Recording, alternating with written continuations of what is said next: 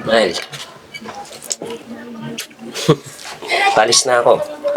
Basta mahal, kapag medyo sumakit yung tiyan mo at wala pa ako dito, tawagan mo ako agad ah. Pero, andiyan naman si tatay.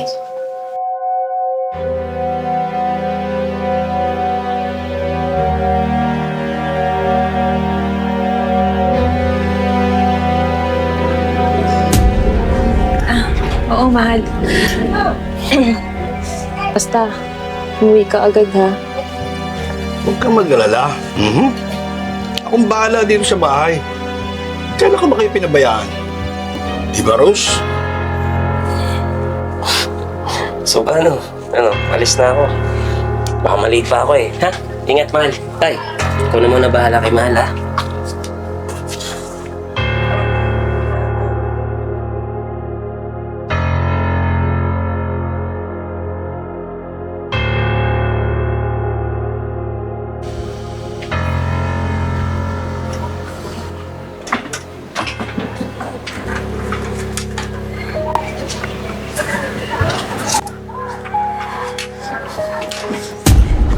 Ay, anong ginagawa niyo? Di ba nangako ko sana kung babantayan kita? Ayaw mo bang nandito ako? Tay, please. Baka makita kayo ni Gary. Tay, buntis ho ako. Hindi po ako komportable sa mga ginagawa niyo. Alam kong buntis ka. Wala naman akong ginagawang masama. Matagal na akong di nakakaamoy ng bulaklak. Gusto lang kita amoyin. Tay, ano ba? Tumigil na kayo!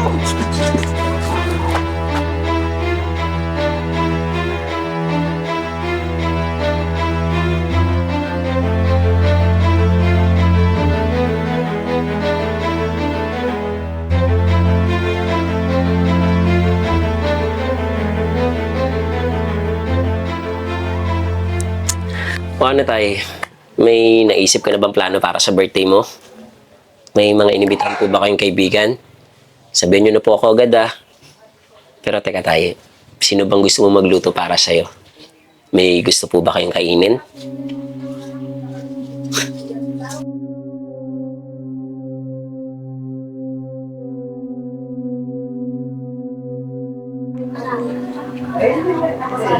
Si Rose, anak.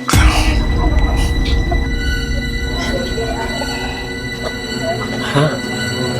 Teka, anong si Rose, tay? Si Rose ang gusto kong magluto. Ang gulo mo kasi kausap. Ay, sus, tay. Kinabahan naman ako sa inyo eh. Akala ko kasi si Rose yung tinutukoy nyo na gusto nyo maging handa.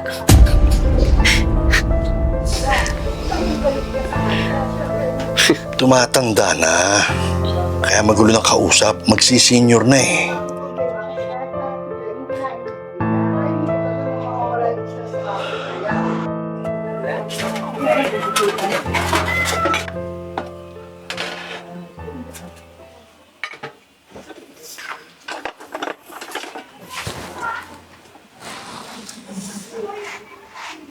Teka, man. Okay ka lang ba? Bakit para namang napakamagugulatin mo? Mahal. May gusto sana ako sabihin sa'yo eh. Ka sana magagalit. Mahal, ano yun? Tsaka, ba't naman ako magagalit?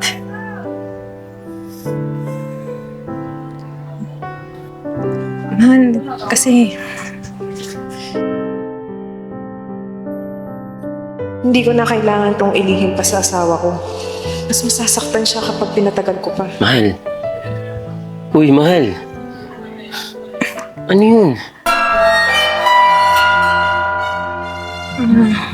Mahal. Kasi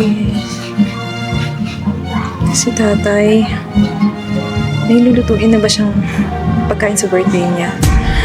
Sino-sino mga bisita? Yun ba? Akala ko naman kung ano na, mahal. Ang gusto nga kasi ni tatay, ikaw ang magluto sa birthday niya. Eh, syempre, ayoko naman na mapagod ka.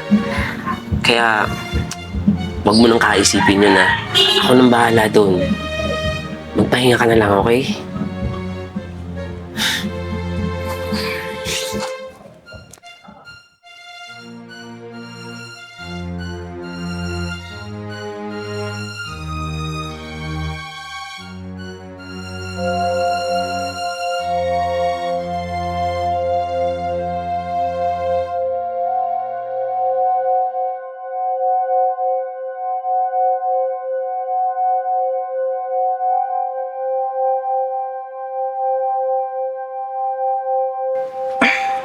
Wala bang pa-welcome sa akin si Rose?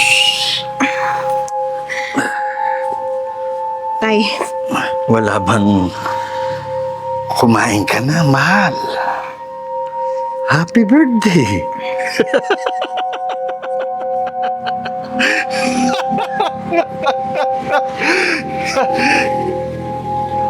tay, lasing lang mo kayo.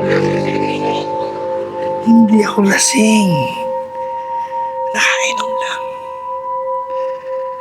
Tabihan mo ako para makatulog ako. Saglit lang. Tay, naipit yung tiyan ko. Nasasaktan ho ako. Marami yung babae dyan, tay. Maawa ho kayo sa akin. Lalo na ho sa anak niyo. Sino anak? Si Gary? Hindi ko anak yun. Ampun ko yun. Ampun. Ampun. Tay, ipagluluto ko ho kayo ng mainit na sabaw.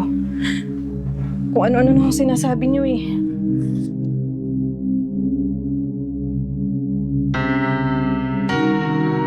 Hindi ko alam paano makakatakas sa bangungot na to. Nandun pa rin yung pag-asa ko na magbabago si tatay. Alam ko, mahal niya si Gary.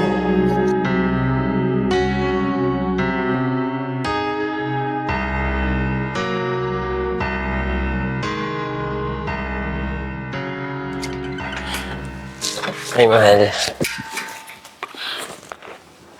Salamat. Mahal, kamusta ka? Pasensya ka na, hindi ako nakapagluto ngayon eh. Sobrang sama lang talaga ng pakaramdam ko. Wala yun. Okay lang ako. Tsaka, teka, ba't hindi ka pa nagpapahinga? Mahal, may gusto sana akong itanong sa'yo eh. Bakit sinasabi ni tatay na ampun ka daw? Ha? Sinabi niya yun? Teka. Bakit? Nakainom?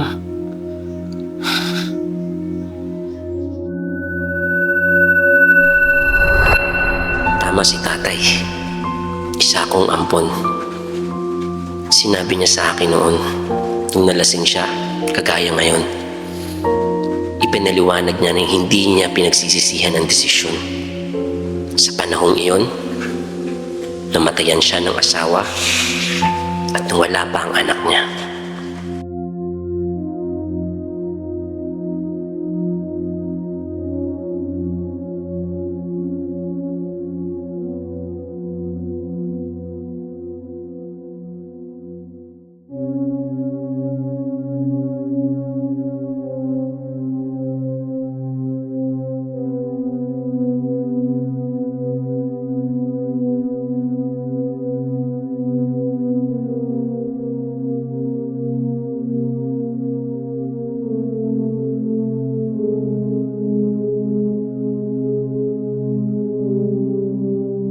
Bilang kapalit, tila itinadhana na sa araw ding iyon na sa kanya ako pinaampon ng sarili kong ama dahil hindi na niya ako kayang buhayin.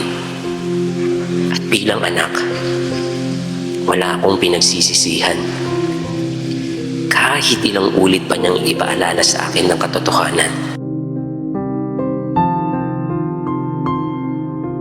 Napakabait ng tatay ko, mahal. At sa kanya, natagpuan ko ang pamilya na akala ko'y hindi ko na makakamtan.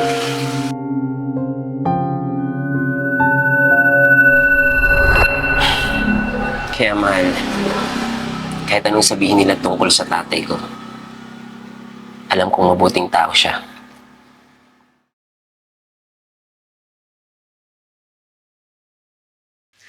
Mahal, gusto kong magsabi. Gusto kong isigaw ang lahat ng takot na nararamdaman ko. Pero sa bawat pagyakap ko sa'yo, napipigilan ako. Dahil alam kong mahal na mahal mo ang ama mo. At ayokong sirain ang tiwala mo sa kanya. Sa bawat masamang titig niya, sa bawat paglapit na hindi ko kayang pigilan, gusto kong tumakbo. Gusto kong magsumbong. Pero paano? Kung ang sasaktan ko ay ikaw, kaya pinili kong manahimik, pinili kong itago ang lahat. Kahit ang puso ko, halos pabali sa bigat na sikretong to.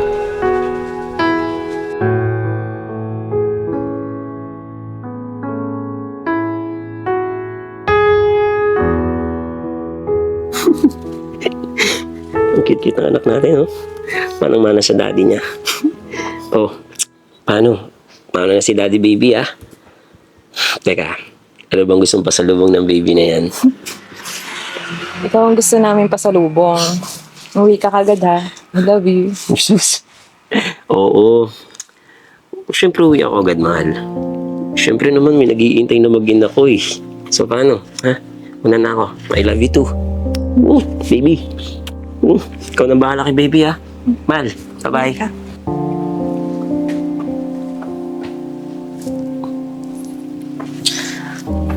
Oh, baby, lalapag muna kita sa kwarto ha.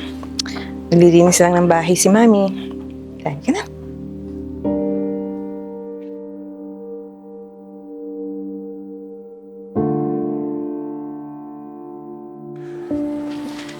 Hoy, Tol. Uy, Gabi pa ako tumatawag sa'yo, hindi ka sumasagot. Ano ka ba naman? teka, sorry. Hindi ko nakita, eh. May balita ka na ba? Yun nga, Tol. Yung pinapa-investigahan mo sa akin, naku, magugulat ka. Hindi mo to kakayanin. Teka. Anong ibig mong sabihin?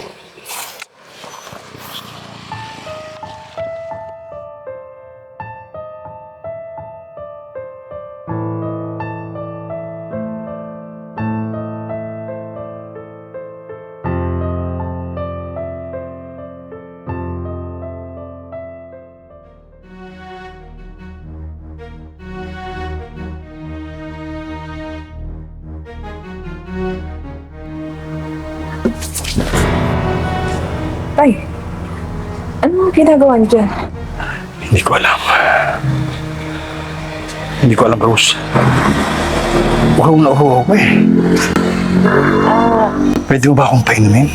Sige ho, saglit lang ho. Kukuha ko kayo ng tubig mo. Hindi tubig ang kailangan ko. Ikaw. Ikaw ang kailangan ko. Tay, nasasaktan ako.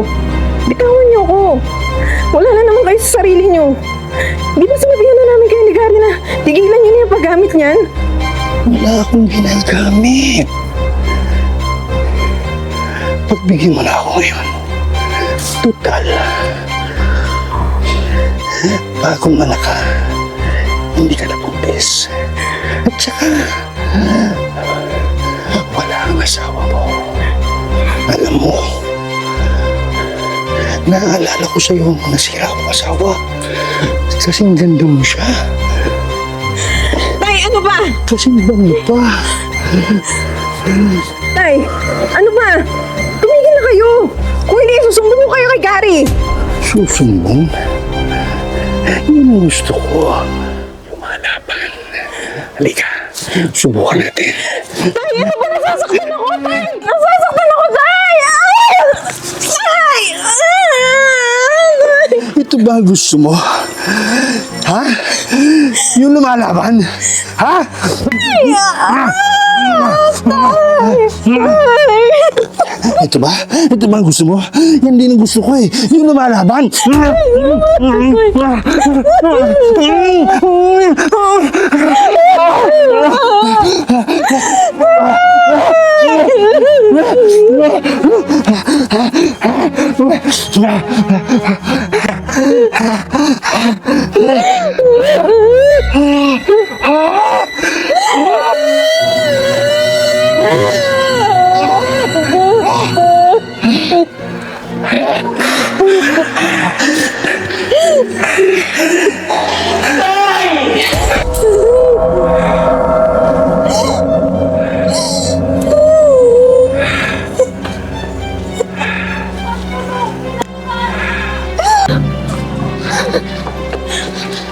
Anak, papaliwanag ako. Mali. Mali ang nakita mo. Ina naman, tay! Nakakadiri kayo!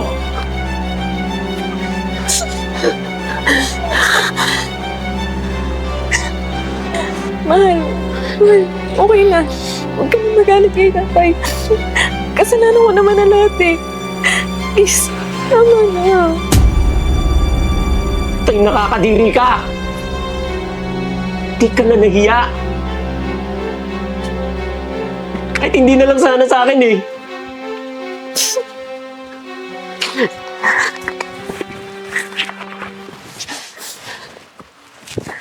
Kahit dito na lang sana, tay.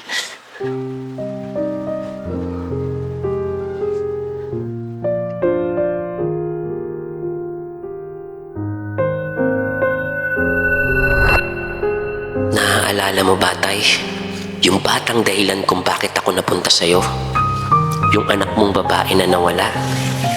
Siya ang naging puwang sa buhay mo. At ako ang sandaling pumalit sa posisyon niya. Matagal ko nang alam ang istoryang ito, tay. Anak, kung ipagkakaloob, sana makita ko ulit yung anak kong babae. Sinubukan kong hanapin siya. Dahil gusto ko sa kaarawan mo. Yun ang pinakamagandang regalo na matatanggap mo. Nabigo ako. Hindi ko siya agad natagpuan. Pero hindi ako tumigil. Hanggang sa parang pinaglaruan na naman ako ng tadhana. Kasabay ng paghahanap ko sa nawawala mong anak. Kasabay din ang pag-asang mabibigyan ko ng sagot ang mga tanong ng aking asawa tungkol sa tatay niyang nawalay sa kanya noon.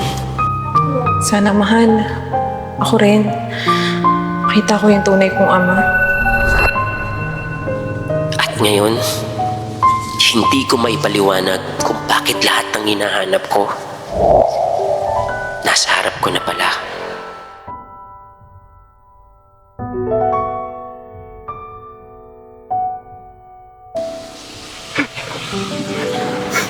Oo, tay.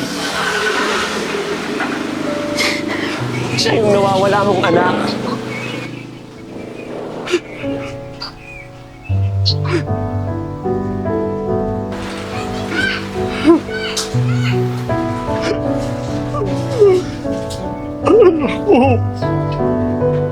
Ang anak mo!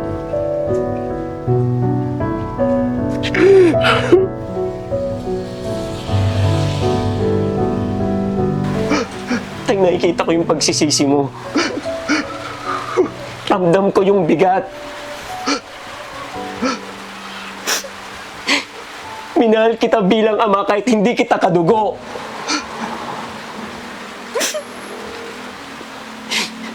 Pero yung sugat na iniwan mo, hindi agad-agad maghihilom.